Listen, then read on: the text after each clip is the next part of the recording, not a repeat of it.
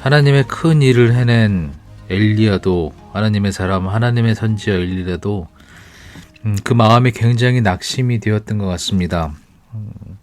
엘리야가 자기의 형편을 보고 일어나서 한 일이 자기의 생명을 위해서 도망갔습니다. 그래서 광야로 들어가서 하룻길쯤 가서 로뎀나무 아래 앉아서 하나님께 자기가 죽기를 간구했어요. 여호와여, 넉넉하오니 지금 내 생명을 거두시옵소서. 엘리야에게 무슨 일이 있었고 무슨 이유 때문에 엘리야가 이러한 기도를, 이러한 간구를 하나님께 했었을까요? 엘리야가 힘들었던 몇 가지의 이유들을 한번 생각해 보건데, 첫 번째는 자기가 열심을 다했고 최선을 다했는데 달라지는 게 없었던 것에 대한 절망감이 먼저 좀 있었지 않을까라는 생각이 들어요. 사람이 열심히 하고 뭔가를 하고 난 다음에는 어떤 결과물이 보이고 뭔가 달라지는 게 있어야 되는데, 그런 것이 보이지 않을 때 사람은 굉장히 힘듭니다. 자기가 한 수고와 노력과 이 모든 것들이 가치 없고 의미 없는 것이라고 생각이 들 때 사람이 참 힘들고요. 무엇보다도 절망감이 드는 것은 내가 이 세상에 할 수 있는 일이 아무것도 없구나, 해봐도 되는 게 없구나라는 생각이 들면 사람이 정말 낙심이 됩니다. 저 하늘 위에서부터 바닥까지 마음이 정말 뚝 하고 떨어지는 그런 절망감 가운데 있게 되죠. 그럼 사람이 굉장히 힘들어요.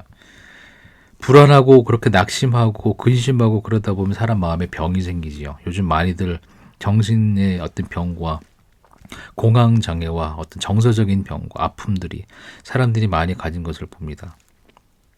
두 번째 이유로는 또 하나님께 조금 엘리야가 원망이 있었지 않았을까, 그런 생각을 해봅니다. 사실은 하나님이 이스라엘 백성들에게 이렇게 갈멜산에서 큰 일들을 보여주셨는데, 이스라엘 사람들, 특히 아합과 이세벨 리더들을 비롯해서 이스라엘 백성들이 하나님께 그렇게 금방 회개하고 돌아오지는 않았던 것 같아요. 그런데 엘리야가 보기에 하나님께서 하신 일이, 자기는 열심히 내서 하나님께서 하신 일들을 따라가고 순종하고 말씀을 선포했고 큰 일들을 했다고 생각하는데, 기근을 보내시고 가뭄을 보내셨는데 그 가뭄이 이스라엘 백성들이 회개하고 돌아오기 전에 그냥 금방 끝나버린 것 같아서 하나님께서 도대체 신경을 쓰시나, 하나님께서 도대체 뭔가를 하시지 않은가 라는 좀 섭섭함이 들었을지도 모른다는 생각을 해봅니다. 엘리야가 자기 뒤에 얘기한 게 자기의 열심이 유별하다고 얘기를 하고 있거든요. 그런데 하나님은 자기만큼 열심을 안 내시는 것 같아서 마음에 좀 섭섭함이 있지 않았을까. 그리고 결정적인 것은 자기 혼자 남았다라는 생각이 들었기 때문에 굉장히 외롭고 힘들고 두려워했던 것 같아요. 하나님께서 물어보실 때 엘리야가 2번씩이나 얘기를 했는데, 오직 나만 남았거늘 그들이 내 생명을 찾아 빼앗으려 하나이다. 이 세상에 나를 도와주고 나를 알아주고 나와 함께 할 수 있는 사람이 아무도 없고 나만 남은 것 같은 그런 불안과 두려움, 공포에 휩싸였던 것 같아요. 얼마나 힘들까요?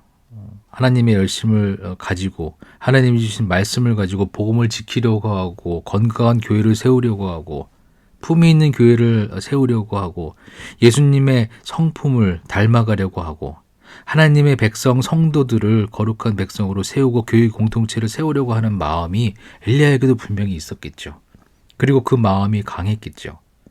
하나님께서 여지까지 엘리야를 어떻게 다루신 것을 생각해 보면 엘리야도 그 마음에 확신이 있었고, 자기가 하는 이 일이 하나님의 일이고 하나님이 원하시는 일이고 하나님께서 시키신 일이라는 것에 대한 열심이 있었고 확신이 있었던 것 같아요. 하나님께서 엘리야를 이제까지 어떻게 다루셨습니까? 아합에게 와가지고 가뭄이 있을 것이라고 선포한 후에 하나님께서 엘리야를 시냇가에 숨기셨어요.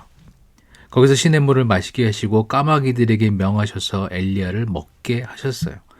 그리고 땅에 비가 내리지 않고 가뭄이 있어서 그 시내가 말라버리니까 이제는 여호와의 말씀이 엘리야에게 임해서 네가 시돈에 속한 사르벳으로 가서 거기에 있는 과부에게 집으로 가라. 그 과부에게, 그곳에 있는 과부에게 내가 명령하여 네게 음식을 주게 하였느니라. 그래서 엘리야가 갔더니 그 집에 먹을 것이 그치지 아니하고 가뭄이 있는 동안에도 풍성한 것을 경험하게 하셨어요. 기적과 같은 일들을 경험하게 했죠. 그것뿐만이 아닙니다.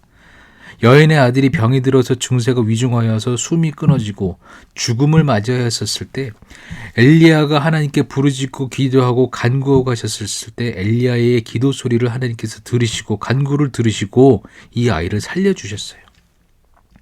결정적인 것은 여기서 끝나는 것이 아니라 이 죽었다가 살아난 아이의 어머니, 이 여인의 고백을 통해서 하나님께서 엘리야에게 확신을 주시고 엘리야에게 힘을 주시고 엘리야에게 정말 큰 은혜를 주시는 게 뭐라고 얘기하냐면, 이 여자가 내가 이제야 당신은 하나님의 사람이시요 당신의 입에 있는 여호와의 말씀이 진실한 줄 아노라 하니라.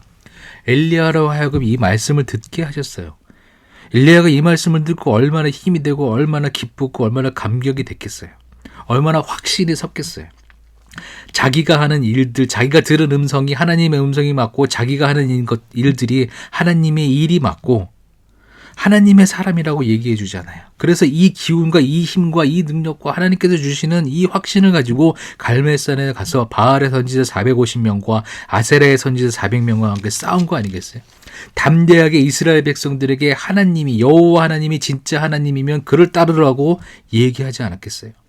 간구하면서도 하나님 아브라함과 이삭과 이스라엘의 하나님 여호와여, 주께서 이스라엘 중에서 하나님이신 것과 내가 주의 종인 것과 내가 주의 말씀대로 이 모든 일을 행하는 것을 오늘 알게 하옵소서라면서 엘리야가 강하게 기도하며 확신에 차서 능력 있게 간구했던 게 뭐였어요? 여호와여, 내게 응답하소서. 내게 응답하소서. 이 백성이 주 여호와는 하나님이신 것과 주는 그들의 마음을 되돌이키심을 알게 하옵소서 하매, 이렇게 했던 엘리야였어요. 하나님께서 엘리야를 이렇게 다루시고 이렇게 준비시켜 주셨어요.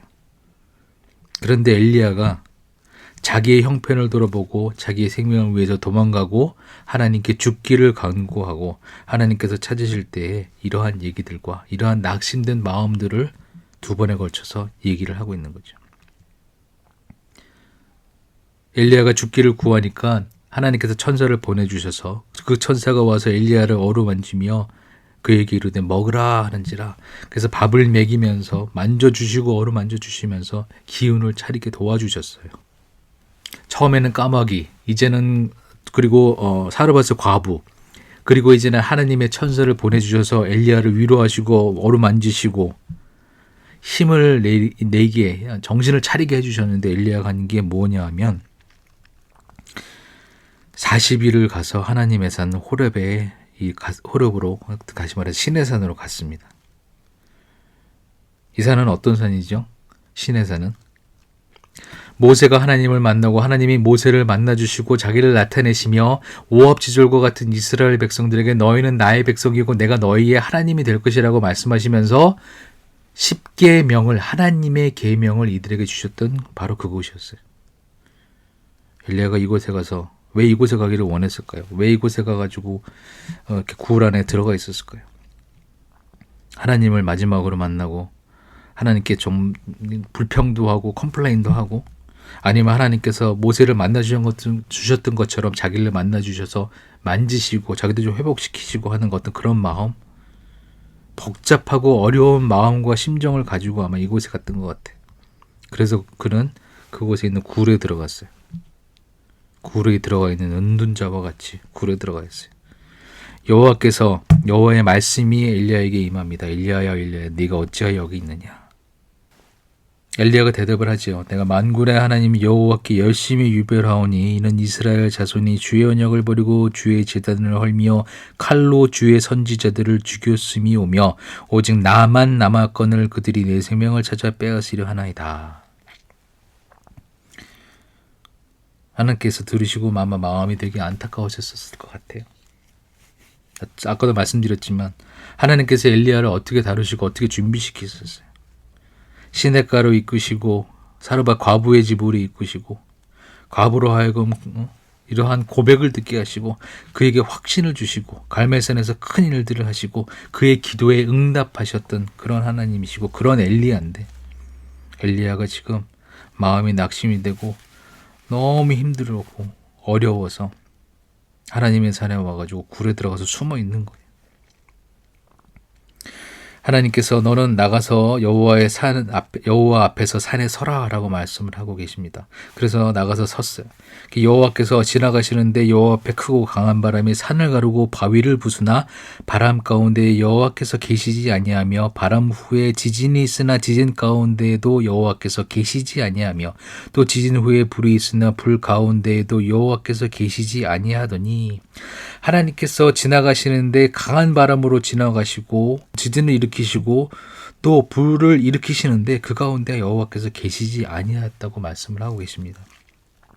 이러한 절망 가운데 있고 이 낙심 가운데 있던 엘리야에게 하나님께서 막 큰 소리로 꾸짖으시고 막 큰 소리로 몰아치시면서 비난하고 비판하면서 네가 왜 여기 있느냐 막 하지 않아야 하시고, 하나님께서는 이 모든 것 가운데 보여주시면서 이 모든 것을 보여주시면서 이 모든 것 가운데 세미한 음성으로 엘리야에게 말씀을 하십니다. 하나님께서 다시 한번 엘리야에게 물으세요. 내가 어찌하여 여기 있느냐? 내가 여기 있을 사람이 아닌데, 내가 여기 있을 사람이 아니고 여기 있을 때가 아닌데 어찌하여 내가 여기 있느냐? 너의 마음이 어찌 그리 낙심이 되고 너의 마음이 어찌 그리 아파하고 힘들어하느냐? 엘리야가 다시 한번 똑같은 대답을 해요. 그랬더니 그 음성 가운데, 세미한 음성 가운데 임하셨던 엘리야에게 말씀으로 임하셨던 그 여호와께서 다시 한번 엘리야의 사명과 엘리야의 삶의 목적과 삶의 이유와 방향을 회복하세요. 네가 광야를 통해서 여기까지 이렇게 왔지, 다시 그 광야길을 통해서 다메섹으로 가라. 다메섹에 가서 하사엘에게 기름을 부어 아람의 왕이 되게 하고, 예후에게 기름을 부어 이스라엘 왕이 되게 하고, 엘리사에게 기름을 부어 너를 대신하여 선지자가 되게 하라라고 다시 한번 사명을 주시고 목적을 주시고 그가 살아가야 할 이유를 주시고 그가 가야 할 방향을 제시해 주세요. 엘리야야, 내가 감옥을 잠깐 주었다가 이 백성을 갖다가 회복시키기도 전에 그냥 거두내고 그냥 큰 쇼처럼 한번 갈멜산에서 그렇게 불을 내리는 걸로 끝날 줄 아느니? 아니. 너는 나의 큰 계획 가운데 한 부분을 담당하고 그 부분을 충실히 감당했단다. 아직까지는 열매가 없고 네가 무엇인가를 열심을 내고 했었을 때, 하나님을 위해서, 나를 위해서 열심으로 했었을 때, 지금은 당장 결과가 보이지 아니하고, 지금은 당장 무슨 열매가 보이지 아니하고, 지금은 당장 무엇이 달라진 것이 보인다 할지라도 내가 끝났다고 할 때까지 끝난 게 아니니까 엘리야야, 네가 할 일이 아직 남았고 아직 이게 끝이 아니니까 그 형편을 바라보고 절망하지 말아라. 그렇게 말씀해 주시는 거 아닐까요? 그러면서 엘리야가 마음이 섭섭한 것을 풀어주시는 것 같으면서도 또 엘리야가 힘들었던 게 혼자 남았다는 것 때문에 힘들어하니까 하나님께서 이렇게 말씀을 하세요. 내가 이스라엘 가운데 7,000명을 남기리니 다 바알에게 무릎을 꿇지 아니하고 다 바알에게 입맞추지 아니한 자니라.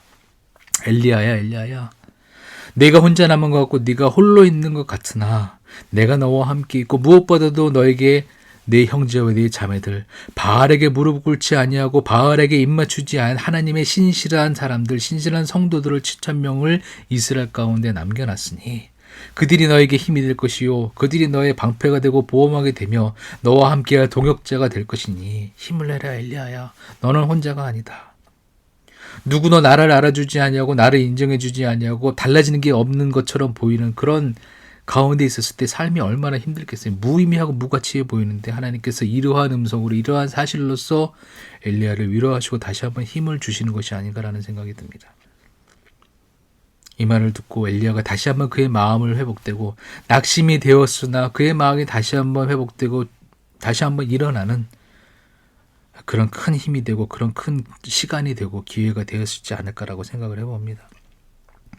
우리 마음 가운데도 날마다 엘리야와 같은 이런 낙심이 있습니다.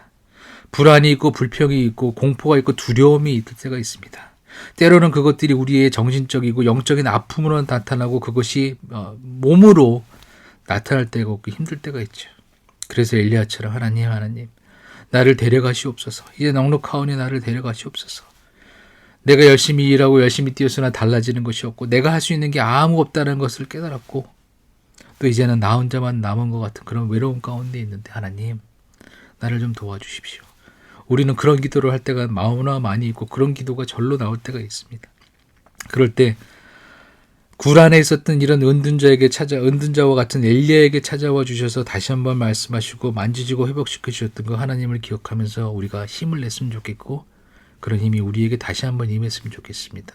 우리 가운데 다시 한번 회복돼서 우리가 하는 일이 가치가 없고 의미가 없는 것처럼 보인다 할지라도 그리스도 예수의 복음을 위한 일이고 하나님의 나라를 위한 일이고 성도를 세우는 일이라면 하나님께서 주시는 이러한 음성을 듣고 하나님께서 주시는 힘을 날마다 받아서 다시 한번 일어나고 다시 한번 기도하고 간구하고 힘을 내는 우리들이 됐으면 좋겠습니다. 그리고 무엇보다도 우리 가운데 신실한 성도, 내 형제와 자매 바알에게 무릎 꿇지 아니하고 바알에게 입맞추지 아니한 7,000명이 있고 14만 4천 명이 우리 안에 있음을 기억하면서 주님이 오시는 그 마지막 날까지 이 사명을 감당해 나가기를 간절히 바라고 원합니다. 그것이 지금 우리의 기도고 그것이 우리의 간구가 되어서 하나님께 올려드릴 때에 우리의 낙심한 마음을 위로하시며 하나님께서는 강한 바람과 큰 지진과 큰 불 가운데도 계실 수 있지만 세미한 음성으로 우리에게 위로하시며 찾아오신 그 하나님을 만나서 우리가 다시 한번 회복되기를 원하고 우리의 교회가 그런 하나님의 공동체, 그런 하나님의 성도로서 세워지는 그런 역사가 우리 가운데도 날마다 일어나기를 정말 하나님 간절한 마음으로 하나님께 간구하고 기도합니다. 하나님, 엘리야를 이렇게 준비시키시고 케어하시고 그에게 위로하시고 격려하시고 확신을 주셔서 엘리야를 사용하여 주셨는데 정말 감사합니다. 또 같은 부르심으로 우리에게 불러주셔서 그리스도의 복음과 하나님의 나라를 위해서 또 성도를 세우는 일들을 우리에게 맡겨주셨는데 하나님, 우리의 마음이 낙심하고 우리가 형편을 볼 때 정말 주저앉고 싶고 이제는 데려가시기를 간구할 수밖에 없는 그런 상황이지만 하나님, 우리 엘리야를 보면서 엘리야를 만나주신 하나님을 보면서 그런 마음들이 다시 한번 하나님이 주시는 마음들이 우리 안에 회복되기를 원합니다. 이것이 우리의 기도고 또한 이렇게 기도할 때에 엘리야가 죽기를 간구했지만 하나님께서는 엘리야에게 죽음을 허락하시지 아니하셨어요. 죽음을 허락하시지 아니하셨을 뿐만 아니라 어떻게 하셨습니까? 엘리야로 하여금 죽음을 보지 않게 하셨어요. 이러한 하나님이 나의 하나님이고 우리의 하나님인 것을 믿기를 원합니다. 믿습니다. 하나님, 우리를 도와주시옵소서. 이런 믿음을 회복하고 이러한 마음들을 회복해서 정말 하나님 앞에 다시 한번 이 낙심된 마음 가운데 절망 가운데 이 모든 것을 회복하고 그리스도 안에서 희망을 찾고 소망을 찾고 하나님의 나라를 위해서 다시 한번 달려가고 성도를 세우기 위해서 다시 한번 열심을 내는 우리들이 되기를 주님의 이름으로 간절히 기도하고 또 그것들이 우리 안에 이루어지기를 또 이루어질 것을 믿으며 간절히 주님 앞에 기도합니다.